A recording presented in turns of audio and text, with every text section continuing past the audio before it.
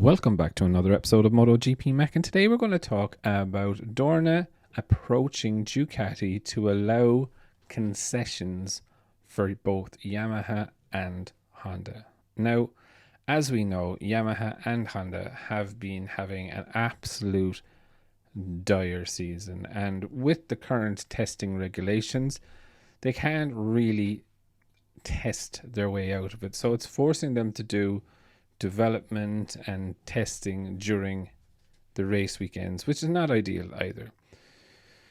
If you look at the Honda right now, it probably looks like one of the most dangerous bikes on the grid. You just never know what is going to happen with it. And I can somewhat understand why Dorna have suggested this to Ducati. But speaking recently about it, Gigi Dall'Igna basically said, I don't have a problem with it as long as it's fair for everyone. Meaning, Honda and Yamaha are not going to get special concessions without everyone else. And I don't think a ruling like that can go through unless all the manufacturers agree. And when you look at what's gone on with Ducati, KTM, and Aprilia, being realistic, they served their time. They went through their bad years. They were made look fucking stupid, idiots. People's questioning what exactly and why they're doing what they're doing. But now they seem to understood what they needed to do. They've definitely moved the needle, and they were reaping the rewards of their hard work. During this time, while they were in the shit, let's just call it, Honda and Yamaha were cleaning up and everything was fine. So I think, it's pretty safe to say that I don't think Dorna will get away with it as easily as they got away with it in World Superbikes. We know in World Superbikes, Honda and BMW were allowed some concessions to change different parts on the bike this season. BMW actually mostly changed the whole bike. Honda changed, I believe, the headstock of the bike because it was set up for Dunlop tires rather than Pirelli tires. Now, I think it'll be very, very different in MotoGP. The only way I could see this working is like what Gigi said, that it's fair for everyone, and that would be to give more test days or allow more test days, but that's going to be for everyone.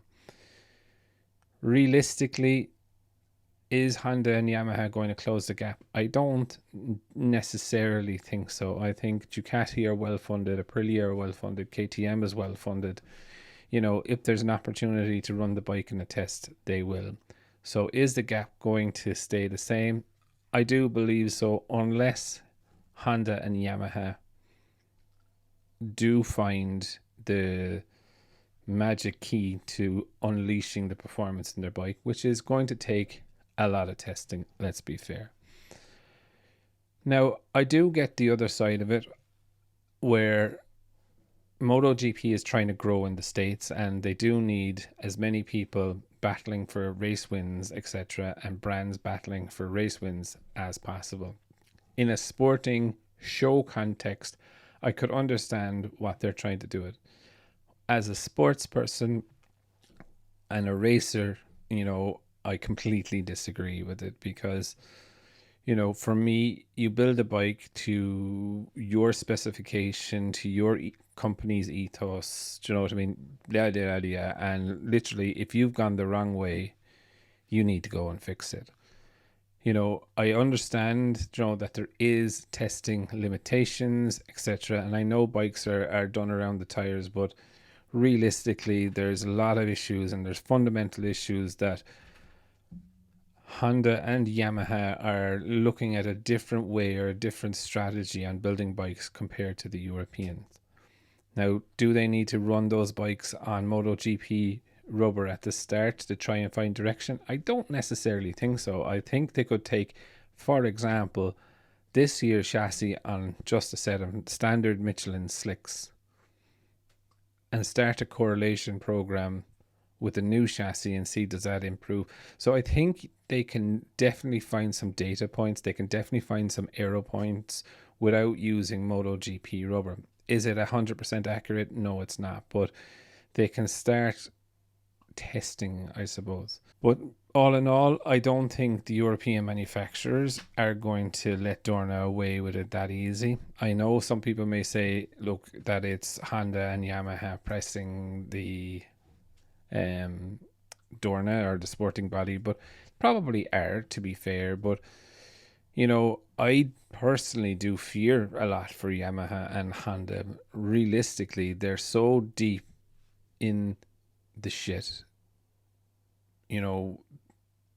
Is there a point that they say, well, is it actually worth trying to catch up at this stage? And could we lose some very valuable and very important brands from the championship? But I would definitely love to know your thoughts. What do you think of the whole concessions debate? Will it happen? Won't it happen? Do you agree with it? Do you not agree with it? Definitely leave your thoughts in the comments below, and I'll be back again tomorrow with another video.